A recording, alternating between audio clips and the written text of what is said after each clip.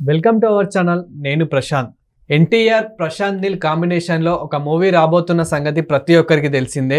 మరి ఈ మూవీ ఎంతవరకు వచ్చింది అండ్ సెట్స్ మీదకి ఎప్పుడు రాబోతుంది, దీని గురించి మాట్లాడేందుకు ప్రస్తుతం మనతో పాటు సీనియర్ జర్నలిస్ట్ జగదేవ్ గారు ఉన్నారు. నమస్తే అండి. నమస్తే అండి.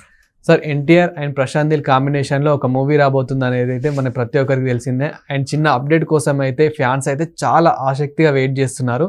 ఇంతకీ అసలు ఏం జరుగుతుంది? ప్రశాంత్ నీల్ గారు ఎప్పుడైతే కేజీఎఫ్తో సక్సెస్ కొట్టారో నెక్స్ట్ ప్రభాస్ గారితో మూవీ అనగానే ఒక హైప్ వచ్చేసింది. ప్రభాస్ గారి మూవీకి సలార్ పార్ట్ 2 కూడా ఉందంటున్నారు ఇంకా. సో అంటే ప్రభాస్ని ఎలా చూపించితే ఫ్యాన్స్ ఫిదా అవుతారో అది చూపించారు. అండ్ మోరోవర్ దానికి ప్లస్ ఎక్కడ అయిందంటే దాని ముందు ఆదిపురుష్ అండ్ డిజాస్టర్ రావడం, ప్రభాస్కి ఇది కదా, ప్రభాస్ కటౌట్కి ఇది కదా డార్లింగ్కి పడాల్సింది అని ఫీల్ అయ్యారు. అది కూడా ఖాన్సార్కి సలార్ అని చాలా అంటే హీరో ఎలివేషన్లో ప్రశాంత్ నీళ్ళు కొట్టిన పిండి. అయితే అప్పుడే ఇంకా సలారు అవుతున్నప్పుడే ప్రశాంత్ నీల్ గారు మిస్సెస్ బర్త్డేకో సంథింగ్ ఎన్టీఆర్ గారి ఫ్యామిలీతో ఈయన ఫ్యామిలీ కలిశారు.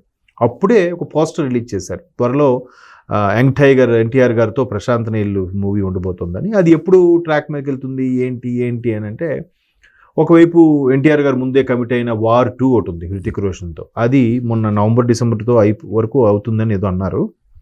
సో ఇప్పుడు ఈ సంక్రాంతి ఈ ఫ్యామిలీతో కొద్దిగా గ్యాప్ తీసుకొని సంక్రాంతి తర్వాత మంత్ ఎండింగ్ కల్లా స్టార్ట్ చేయాలనుకుంటున్నారంట. బట్ ఈ గ్యాప్లో ఆల్రెడీ లొకేషన్స్ ఎక్కడెక్కడ తీయాలి ఏంటి అలా అని చూసుకున్నారంట. అయితే ఎందుకు ఎక్కడెక్కడ లొకేషన్స్ చూశారు అంటే 3 గోల్డెన్ ట్రయాంగిల్లో ఎక్కువగా సెట్ చేశారంట. గోల్డెన్ ట్రయాంగిల్ దేన్ని అంటారంటే ఒకప్పటి బర్మా, అదే మయన్మార్ని, థాయిలాండ్ని, లాయిస్ని, ఈ 3 దీవుల్లాగా ఉంటాయి. అంటే బర్మా ద్వీపకల్పంలాగా ఉంటుంది, ఈ 2 దీవుల్లాగా ఉంటాయి. ఈ 3టిని కలిపి గోల్డెన్ ట్రయాంగిల్ అంటారు. అంటే మీరు అబ్జర్వ్ చేస్తే కబాలీ సినిమాలో రజనీకాంత్ గారి మూవీలో కూడా ఇంచుమించు అదే కాన్సెప్ట్లో, అంటే మన తెలుగు నుంచి తమిళ నుంచి వెళ్ళిన వాళ్ళని బానిసలుగా పెట్టుకోవడం, వాళ్ళతో డ్రగ్స్ బిజినెస్ చేయించి వాళ్ళని తొక్కేయడం లాంటివి ఉంటుంది. ఎప్పుడు కూడా ఈవెన్ మలేషియా, సింగపూర్లు వాటిలో కూడా చైనా వాడికి మనకి చిన్న కోల్డ్ వార్ నడుస్తూనే ఉంటుందంట. సో ఇక్కడ ఈ ట్రయాంగిల్లో ఎక్కువగా స్మగ్లింగ్, డ్రగ్స్, బార్ అండ్ రెస్టారెంట్లు, అలాగే దాన్ని ఏమంటారు మసాజ్ సెంటర్స్, వీటి ముసుగులో చాలా డ్రగ్స్ చలామణి అవుతుంటాయంట. దాని కథగా నేపథ్యంగా తీసుకొని ఆ 3 గోల్డెన్ ట్రయాంగిల్లోనే ఇప్పటికే లొకేషన్స్ అన్నీ చెక్ చేసుకున్నారు, పెర్మిషన్స్ కూడా అప్లై చేసేసారు. రేపు సంక్రాంతి తర్వాత ఈ మంత్ ఎండింగ్కి, జనవరి మంత్ ఎండింగ్ షూటింగ్ కానీ స్టార్ట్ అయితే ఎన్టీఆర్ గారిని ఈవెన్ సలార్లో ప్రభాస్ గారిని ఏ రేంజ్లో చూపించారో, కేజీఎఫ్లో యష్ని ఒక సూపర్ స్టార్ ఇమేజ్, అంటే పాన్ ఇండియా స్టార్ ఇమేజ్కి ఎట్లా తీసుకొచ్చారో, ఎన్టీఆర్ గారు ఆల్రెడీ పాన్ ఇండియా స్టార్ అయిపోయారు, మన RRRతో గ్లోబల్ స్టార్ అయ్యారు. ఇంకాస్త ఇమేజ్ ఎక్స్పెక్టేషన్స్ పెరిగిపోతున్నాయి కాబట్టి ఎలా చూపించాలి అని. అయితే ఈ డ్రగ్ మాఫియా నేపథ్యం నడిచేది కాబట్టి ఇలాంటి విషయాలు ఎక్కువగా చైనీస్ ఇన్వాల్వ్ అయ్యి మనల్ని ప్రోత్సహించుంటారు కాబట్టి సినిమాకి టైటిల్ కూడా డ్రాగన్ అని పేరు అనుకుంటున్నారంట. పూర్తిగా ఇంకా తెలియదు, మేబీ ఇట్లా రిలీజ్ చేయడం వల్ల ఫ్యాన్స్కి హ్యాపీగా ఉండొచ్చు, కానీ ప్రొడ్యూసర్స్కి స్క్రిప్ట్ రచయితల సంఘం వాళ్ళు ఫీల్ అవుతారు, ఇదేంట్రా బాబు ఇట్లాగా బయటకు ఓపెన్గా చెప్పేస్తున్నారు అన్నట్టుగా. బట్ ఆల్రెడీ ఇప్పటికే రివీల్ అయిపోయి ఉండొచ్చు మనం మాట్లాడుకునే టైం, కానీ సెట్ అయిపోయిందని కూడా ఆల్రెడీ ఫ్యాన్స్ కూడా ఫిక్స్ అయిపోతున్నారు. అంటే మేబీ అంటే డ్రాగన్ అనేసి పేరు కూడా వైబ్రెంట్ గా ఉంది. ఇప్పుడు అంటే ఎన్టీఆర్ గారికి సెట్ అయ్యే ఎగ్జాక్ట్లీ మీరు అనేది దేవుడు. ఎందుకంటే ఎన్టీఆర్ గారు భారీ కటౌట్ కాకపోయినా ఆయన ఏది చేసినా నప్పుతుంది అన్నట్టు అనిపిస్తుంది.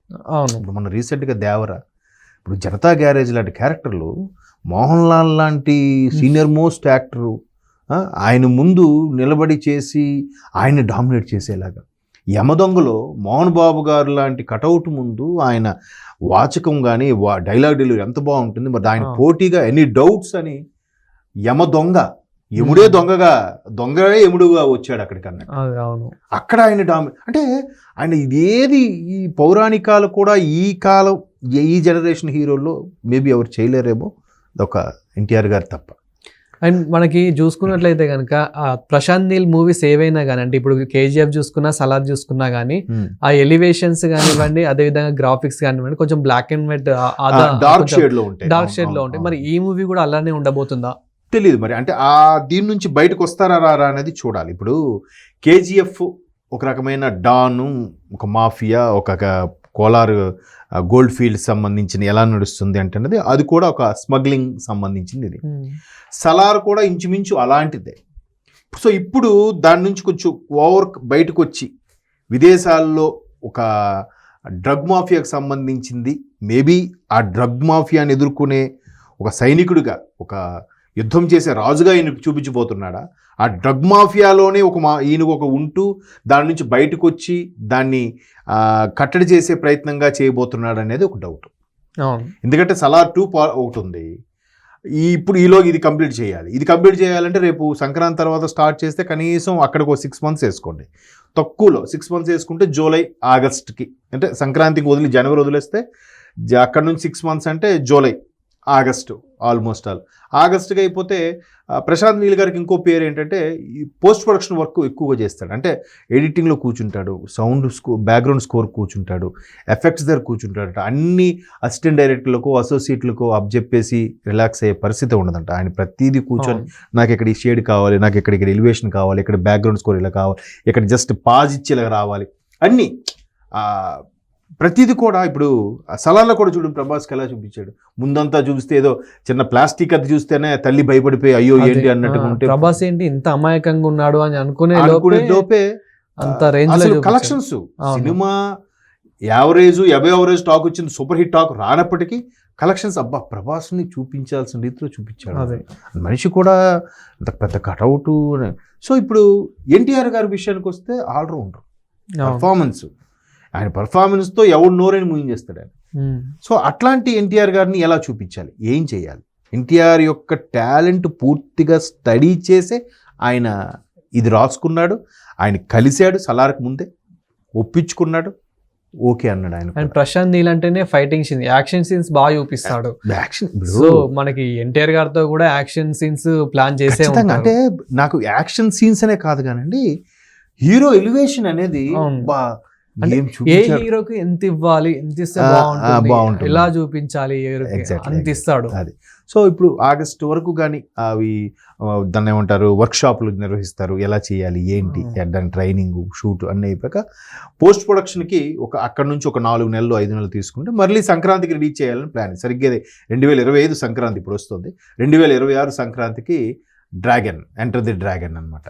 అంటే యాక్చువల్గా ఎంటర్ ది డ్రాగన్ అనేది దాన్ని ఏమంటారు మైకేల్ జాక్సన్ కాదండి, బ్రూస్ లీ గారి సినిమా అది, అప్పట్లో బ్లాక్ బస్టర్ అది. సో ఇక్కడ డ్రాగన్తో మరొకసారి వరల్డ్ వైడ్గా ఎన్టీఆర్ సత్తా చూపించడానికి వచ్చే మూవీగా చేస్తున్నారు. ప్రశాంత్ నీల్ కూడా డైరెక్షన్ అంటే అంత బాగా నెరేట్ చేస్తాడు ఆయన, స్టోరీ నెరేషన్ కూడా చూడండి ఈయన అబ్జర్వ్ చేయాలి. ఫస్ట్ అయినప్పుడు మనకి ఎక్కదు, మళ్ళీ రివైండ్ చేసుకుంటే బా ఏం తీసాడరా అని అనిపిస్తుంది కొన్ని సీన్స్, కేజీఎఫ్లో కానీ సలార్లో కానీ. సో అట్లాంటి సీన్స్ మన యంగ్ టైగర్కి పడితే ఆ టైటిల్ తగ్గ డ్రాగన్ అని ఉంటే ఎట్లా ఉంటుంది చూడండి. అంటే టైటిలే సగం హిట్ అండి ఎప్పుడైనా సరే గుర్తుపెట్టుకోండి. అది సో ఓవరాల్గా ట్రయాంగిల్లో అది ఆ గోల్డెన్ ట్రయాంగిల్ ఏదైతే ఇప్పుడు చెప్పారు కదా, మయన్మార్, అదే ఇప్పుడు బర్మా ఒకప్పుడు మయన్మార్ అంటున్నారు, తర్వాత ఈ థాయిలాండ్, బ్యాంకాక్ దీవులు, తర్వాత లాయిస్ వాటికి ఆనుకున్నాడు, వీటన్ని గోల్డెన్ ట్రయాంగిల్ అంటారు. ఈ మాఫియా గీఫియా డ్రగ్ ఇవన్నీ కూడా ఎక్కువగా ఈ వాటికి వచ్చే ఆదాయం కూడా అక్కడ ప్రాస్టిట్యూషన్ అలాగే మసాజులు ఈ డ్రగ్స్వి ఇట్లాంటి వాటి మీదే వాళ్ళకి ఎక్కువ, వాళ్ళ దేశ ఇన్కమ్ కూడా ఎక్కువ ఆధారపడి ఉంటుందంట. Okay, thank you.